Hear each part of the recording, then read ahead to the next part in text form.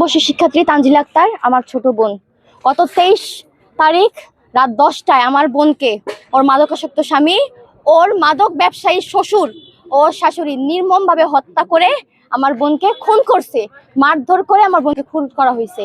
আমার বোনকে খুন করে তারা পরিকল্পিতভাবে খুন করে তারা এটাকে আত্মহত্যা বলে চালিয়ে দেওয়ার জন্য চেষ্টা করেছে। আমরা যখন ঘটনাস্থলে পৌঁছাই রাত 2টার সময় আমাদের খবর দেওয়া হয়। রাত 10টার খবর আমাদের কাছে যায় রাত 2টা বাজে। আমরা যখন ঘটনাস্থলে পৌঁছাই গিয়ে দেখি আমার বোনকে উঠানে শুয়ে আছে। বাট তাদের ভাষ্যমতে তারা আমার বোনকে জানালার গ্রিলের সাথে ঝুলন্ত অবস্থায় পাইছে। যদি আমার বোন আত্মহত্যা করে থাকে তাহলে তারা পুলিশের জন্য কেন অপেক্ষা করলো না? তারা কেন পুলিশ খবর না দিয়ে আমার বোনকে ওইখান থেকে নামালো? পুলিশ যারা ঘটনাস্থলে গিয়েছে তারাও গিয়ে কিন্তু আমার বোনকে ওইখানে ঝুলন্ত অবস্থায় পায় নাই। সবাই যারা পুলিশকে আমরা খবর দিয়েছি গিয়ে দেখছে, তারাও দেখছে যে আমার বোন উঠানে শুয়ে আছে। আমার বোনকে এমন নির্মমভাবে হত্যা করছে। আমার বোনের মুখে, আমার বোনের শরীরে প্রত্যেকটা মাইরের স্পট ভিজিবল, কিন্তু তারা বলতেছে আমার বোন ফাঁসি দিয়ে আত্মহত্যা করছে। যদি সে ফাঁসি দিয়ে আত্মহত্যা করতো তাহলে আমার বোনের গলার যে দড়ির দাগ থাকার কথা সেটা কেন ভিজিবল না? সেটা কেন নাই? সকল স্পট আছে, নাকের স্পট, গলা যদি কেউ দড়ি দেয় তাহলে কি নাকি স্পট হয়? কপাল কি ফেটে যায়? বুকে কি আঘাতের চিহ্ন থাকে না? আমার বোন তো আত্মহত্যা করে নাই, আমার বোনকে পরিকল্পিতভাবে হত্যা করা হয়েছে। আমার বোনকে গত 23 তারিখ রাতে নির্মমভাবে তার শ্বশুর বাড়ির লোকজন ও তার মাদকাসক্ত স্বামী হত্যা করে এখনো পর্যন্ত পলাতক।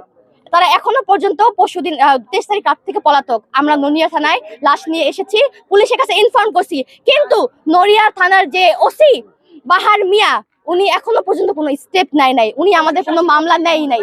উনি বলছে কোনো মামলা দিবে না, রিপোর্ট না আসা পর্যন্ত কোনো মামলা নিবে না। ওনাকে এত রিকোয়েস্ট করা হয়েছে, আমরা 2 দিন পর্যন্ত তার পায়ে হাত জোর করে বসে পড়েছিলাম। সে আমাদের কোনো মামলা নেয় নাই। সে গতকাল বিকাল 5টায় সে নিজে সাজাইছে, মামলা সাজাইয়া আত্মহত্যা প্ররোচনা মামলা দিছে। কেন? আমার বোনকে আত্মহত্যা করছে? আমার বোন আত্মহত্যা করে নাই। সে যদি আত্মহত্যা করতো তাহলে সাধারণ জনগণের কাছে আমার প্রশ্ন, আমার বোনের গলার যে স্পট থাকার কথা, দড়ির স্পট, সেটা কোথায় গেল? আমরা চাই ওসি বাহার, নড়িয়া থানার ওসি বাহার পদত্যাগ। সে আমাদের সাথে কোনো কোঅপারেট করে নাই। সে আর্থিক লেনদেনের সাথে জড়িত ওই পক্ষের সাথে, আসামি পক্ষের সাথে। অপু ব্যাপারী আমার বোনের মাদকাসক্ত স্বামী, তার শ্বশুর রাসেল ব্যাপারী, তার শাশুড়ি আলো বেগম, তারা আমার বোনের খুনি। তাই তার নড়িয়া থানার ওসি অতপ্রতভাবে তাদের সাথে জড়িত, আর্থিক লেনদেন ঘুষের মাধ্যমে জড়িত। আমি চাই এই নড়িয়া থানার ওসির পদত্যাগ, তার পদত্যাগ চাই। আমি বিচার